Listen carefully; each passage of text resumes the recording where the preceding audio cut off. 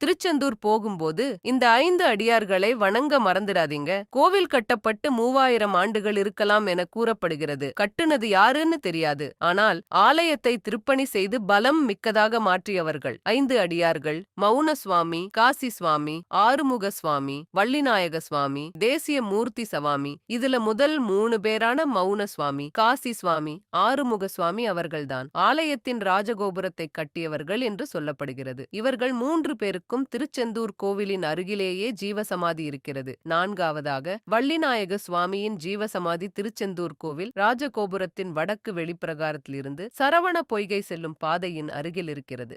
5ஆவதாக தேசிய மூர்த்தி சுவாமியின் ஜீவசமாதி திருச்செந்தூரில் இருந்து திருநெல்வேலி போற வழியில ஆழ்வார் திருநகரி அருகே ஆழ்வார்தோப்பு என்கிற இடத்தில் தாமிரபரணி ஆற்றங்கரையோரத்தில் இருக்கிறது. அடியாருக்கு அடியாரான முருகப்பெருமானின் கோவில் திருப்பணி செய்தவர்களை தரிசிக்க வேண்டியது அவசியம்.